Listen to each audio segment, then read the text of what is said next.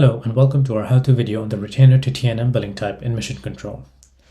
Within Mission Control, there are 6 different billing type methods that are available on your project. So you've got fixed price plus expenses, time and material, control on milestones, deposit to T&M, and retainer to T&M. We also have how-to videos that you can look up on the different billing types, but today we're going to be focusing on the retainer to T&M. So the retainer to T&M billing type is useful when you're engaged with a client on a retainer basis, and you're also in agreement where any additional work will need to be will be charged to the client that goes over the retainer amount that you've agreed upon.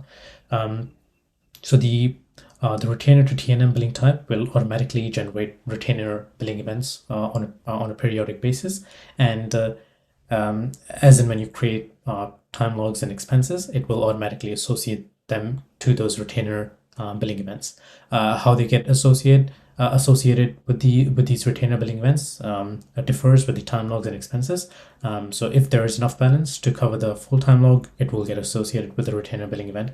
The same goes for the expenses. But if the balance is greater than 0 but not enough to cover the full amount of the time log or the expense, time logs in that case would be split, whereas expenses on the other hand would be associated with the periodic billing event that gets created on a periodic basis.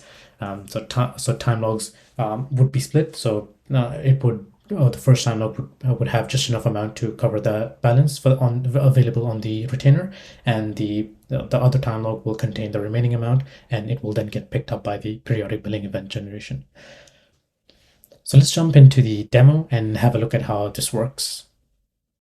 All right, so because the retainer to T&M billing type is one of those where it automatically generates the billing events for you, you'll need to make sure the periodic billing process is set up so it can then generate it automatically for you. So if you navigate to the Mission Control tab and then into the control pad, you'll want to scroll down all the way to the end and look for the billing event settings tile. So within the billing event settings tile, you've got a few different options in here, but the main one you want to enable is the periodic billing setting over here. So, make sure this is set to true, and then specify a time, and then click save. So if your project is due for a billing event generation, it will get picked up and it will generate that at the specified time.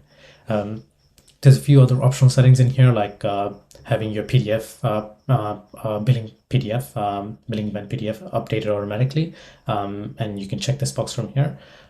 You've also got a few things that you can adjust on the billing event PDF that you see. So you've got this PDF template settings section here where you can specify different values and different logos in there. So let's go back into a project that I've set up where we've got retainer to T&M. So again, the retainer to T&M scenario, you've engaged with a client, you're doing an ongoing support agreement, let's say, or a managed services where you're charging a set fee on a weekly or a monthly basis, or on a periodic basis. So let's say you'll be charging $1,200 per week for a certain amount of hours, and you'll be raising this $1,200 invoice. And if during one of these periods you end up incurring additional hours that was not accounted for within the retainer invoice, you still need to bill the client. Then these additional hours would need to be invoiced as part of the time and material process. So let's say we're billing on a weekly basis, and on the 21st of May, we've issued our retainer invoice of $1,200. But by the end of next week, we find that we've actually delivered $2,100 worth of work. We still need to charge the client for the remaining $900. But what we need for the system to do is generate a time and material invoice the next time the periodic billing process is due to run. So I'll just show you what that setup looks like on the project first, and then we'll walk through that scenario. So I am currently on the project page and I'm just editing that record. So you can see I've got the billing rate set to standard. My billable hourly rate is turning out to be 200, and my billing type is set to retainer to T&M. If you don't see this value in here, that's most likely because you had Mission Control installed before 1.6 version 1.68 came out. So you'll need to manually add this value in. But if you're installing it after version 1.68, you should see this value in here. So you just navigate. You just want to navigate into setup, go to the object manager, project, fields and relationships, and then add retainer to T&M as a picklist value for the billing type field. You've got billing cycle. I've set that to retainer. I've put in some payment terms. You can specify the billing frequency. I've just set that to weekly, and you'll want to set the periodic billing next date, and then these will then be automatically updated. So today's the 28th of May, and it's all automatically run that for me today. And I've got my billing events that we'll go through in a bit. I've set the retainer amount to 1200, so every time it generates the billing event, it will create a retainer billing event of 1200. So those are the values that you want to set. So now let's jump into the billing events and have a look. So I've got a few different billing events in here. The main way to differentiate between the two that are being generated by the system would just be looking at the name. So within the name, you'll see T&M. That means it's the T&M periodic billing event. And if it doesn't have anything else within its name, that's the retainer. But another way to check that is by editing the billing event record, and you'll see a retainer checkbox. So if you're manually creating this, you'll want to make sure the retainer checkbox is set to true, and you can have multiple retainer billing events, but what you don't want to do is add multiple billing event items under that retainer billing event. So I'll just expand one of these here. You'll see that I've got the billing event. I've got one billing event item under it. You don't want to go for multiple billing event items under a billing event, retainer billing event. So that's what you want to avoid. So I've got the billing event item. I've got I've also added in the payment, but now let's jump into to the time logs.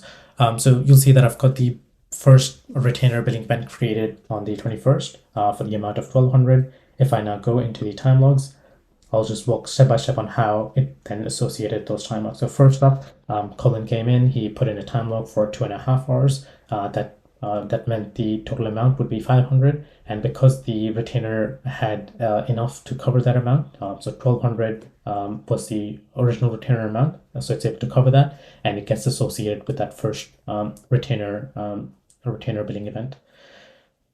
So now the remaining balance is 700. So now Chris comes in on the next day on the 23rd, and he puts in an expense for 800. Now, because the retainer balance was 700, so it's not able to accommodate this difference, and it's not going to split it, but it's going to get picked up by the periodic billing event. So as you can see, the billing event item, when it ran today, it picked up and added it to the time and material billing event, not the retainer billing event item. So let's jump back into the time logs now.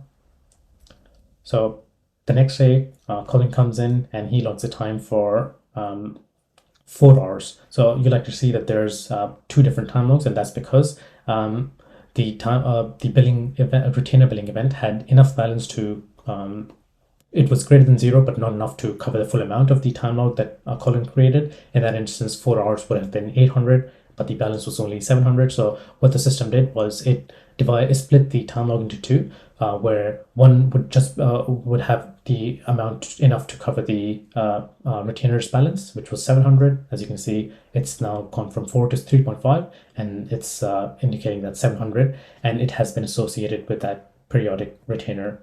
Then when the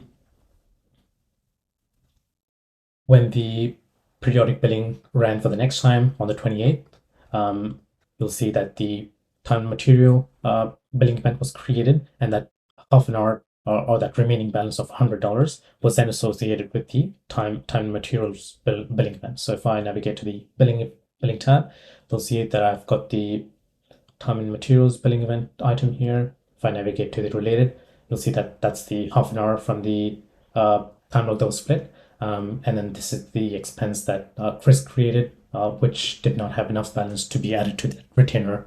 Instead, it got added to that time material billing event. So it's quite similar to the deposit to T&M, except you don't need to manually raise deposit billing events every single time. The system will generate those retainer billing events on a periodic basis.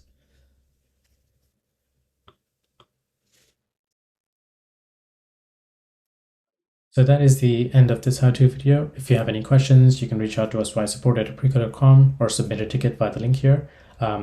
If you'd like to review our other documentation or other resources, you can look at the user guide, training videos, knowledge base, and the learning portal from the links specified here. Thank you, and see you in the next one.